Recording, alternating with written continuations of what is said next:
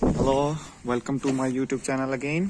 Today I will discuss how many different ways a person can come from Pakistan to abroad. I will tell in detail what are the pros and cons of every different way. So, there are many different ways a person can come from Pakistan to abroad. And सब चीज़ों के अपने benefits भी हैं, सब तरीक़ों के और अपने नुकसानात भी हैं। तो सबसे जो आसान और इजी तरीका है पाकिस्तान से बाहर के कंट्री मूव करने का, जो मेरी नज़र में, जो मेरे ख़्याल में है, that is marriage visa. Like अगर आपका कोई रिलेटिव है, अब्रॉड रहते हैं, लड़का है या लड़की है पाकिस्तान में, तो ही और she can married that person living abroad, जो उनका रिलेटिव है। उसका सबसे अच्छा फ़ायदा ये है दैट आपको स्ट्रगल नहीं इतनी करनी पड़ेगी आके। You will have a place to live. आपको कोई आगे से संभाल लेगा जहाँ पे आप आएंगे।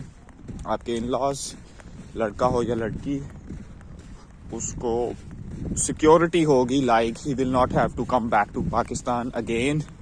वीज़ा की सिक्योरिटी भी होगी और बाकी सिक्योरिटी भी होगी।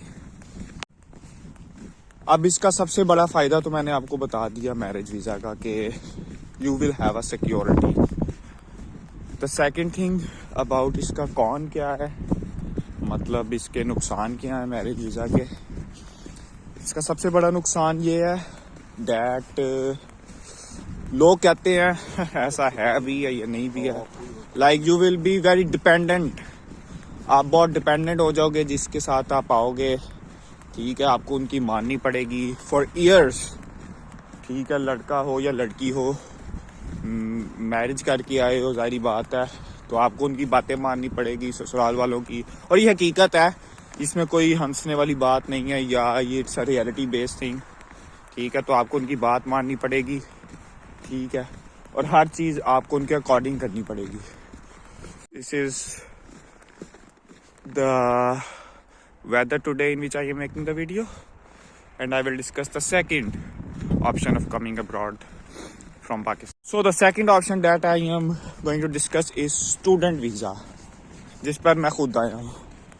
स्टडी वीज़ा, पहले तो आपकी क्वालिफिकेशन होनी चाहिए। ठीक है, बहुत सारे लोग मास्टर्स में आते हैं। ठीक है, और कंट्रीज मास्टर्स का वीज़ा ही ज़्यादा देते हैं, बैचलर्स का मुश्किल मिलता है।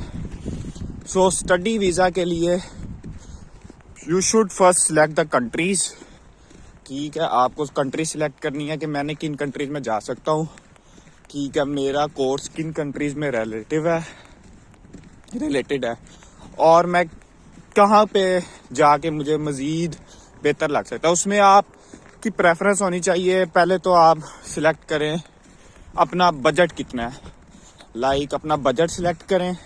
अभी मैं ये नहीं बताऊंगा कि कौन से कंट्रीज बेस्ट हैं या कौन से नहीं, भी तो मैं स्टडी वीज़ा का सिर्फ बताऊंगा। वो किसी और वीडियो में बताएंगे कि आप किन कंट्रीज में जा सकते हैं या नहीं। अभी के लिए स्टडी वीज़ा के फ़ायदे बता रहा हूँ। Like marriage visa is a luck based visa. ठीक है, आपका किस्मत होगी तो शादी हो जाएगी, अल्लाह ताला ने लिखा हुआ। नहीं हुई किस्मत तो आप, ये तो नहीं ना हो सकता कि आप उसके बैठे रहे कि शादी होगी तो ही जाऊंगा। तो स्टूडेंट वीज़ा, अगर आप मेहनत करते हो, आइल्स अच्छा सा देते हो और अपना बैचलर्स का CGPA अच्छा है, तो you will definitely get student visa. और आपके पास बजट है, डिपेंडिंग अपॉन। तो student visa is not a luck based visa. ठीक है, इसका सबसे बड़ा फ़ायदा ये है कि आपके चांसेस ज़्यादा हैं। ठीक है, लेकिन नुकसानात ये हैं, सबसे बड़ा ये है कि स्ट्रगल ज़्यादा है। आपको पार्ट टाइम जॉब करनी पड़ेगी साथ सर्वाइव के लिए। मेहनत ज़्यादा है, स्टडी भी करनी पड़ेगी। फिर उसके बाद आपको अपना परमिट चेंज कर वर्क परमिट पे शिफ्ट होना पड़ेगा, लाइक आफ्टरवर्ड्स।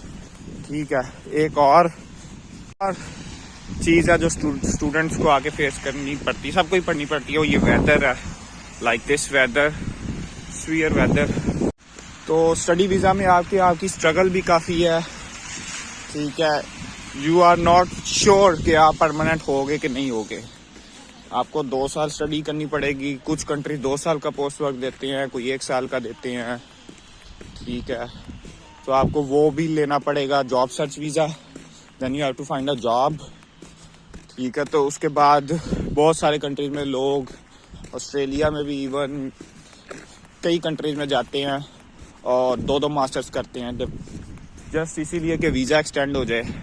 एक मास्टर के बाद जॉब नहीं मिली, फिर दोबारा उसकी इतनी फीसें देते हैं, तो फीसें भी इतनी देनी, पैसे भी लगने। ये एक स्टडी वीज़ा का कौन है। लेकिन स्टडी वीज़ा का फ़ायदा ये है, आप इंडिपेंडेंट हो, किसी पर डिपेंडेंट नहीं हो, अपनी ज़िंदगी गुजार रहे हो, अपनी जॉब कर रहे हो, अपना खा रहे हो, इंजॉय कर रहे हो, जो दिल करता कर रहे हो। ठीक है, तो if you have like a budget good और आप थोड़ा सा रिस्क उठा लेते हैं, तो स्टडी वीज़ा बहुत अच्छा वीज़ा है। Like you will enjoy the colours of life. अपने आप पे सीखेंगे, खुद खाना पकाना सीखेंगे, जॉब करना सीखेंगे, कैसे ज़िंदगी के और तरीके सीखेंगे। Now I will discuss the third type of visa, that is skilled worker visa और जॉब वीज़ा, जिसे हम पाकिस्तान में कहते हैं। उसके लिए अगर आपको हाईली क्वालिफाइड पर्सन है तो you can apply directly. In Europe, PhD is considered as a job skilled worker visa as well. Like PhD is a full-time job here, 3 years की PhD होगी. So those students who have completed their masters already, they can apply directly in PhD positions. So they will be paid good, and after 3 years they will be eligible for PR. I will discuss again in the next video that के PhD के लिए कैसे apply कर सकते हैं और कौन कौन सी जगह से कर सकते हैं। लेकिन अभी के लिए सिर्फ ये बता रहा हूँ कि visa like skilled worker visa है एक ऑप्शन। स्किल्ड वर्कर वीज़ा का सबसे बड़ा फ़ायदा ये है कि आपको स्टूडेंट वीज़ा वाली स्ट्रगल से बच जाते हो आप। लाइक आप डायरेक्ट पाकिस्तान से आते हो, you have already have a job, आप जाते हो, जॉब ही करते हो और उसके बाद अपनी PR लेते हो। स्टूडेंट लाइफ की मुश्किलात से यहाँ पे आपको नहीं गुजरना पड़ता। Like you come directly from Pakistan on a job. ठीक है, तो जो स्टूडेंट्स यहाँ पे पहले से 3-4 साल रह रहे होते हैं, जिन्होंने मास्टर्स किया होता है, वो स्ट्रगल से आपको नहीं गुजरना पड़ता, फीसें नहीं देनी पड़ती मास्टर्स की यहाँ पे। डायरेक्ट आप आते हो, एक जॉब लेते हो, तो it is one of the good visa as well. But इसमें रिस्क ये है कि इसमें चांसेस बहुत कम होते हैं कि आपको जॉब वहाँ से मिले पाकिस्तान से बैठे हुए।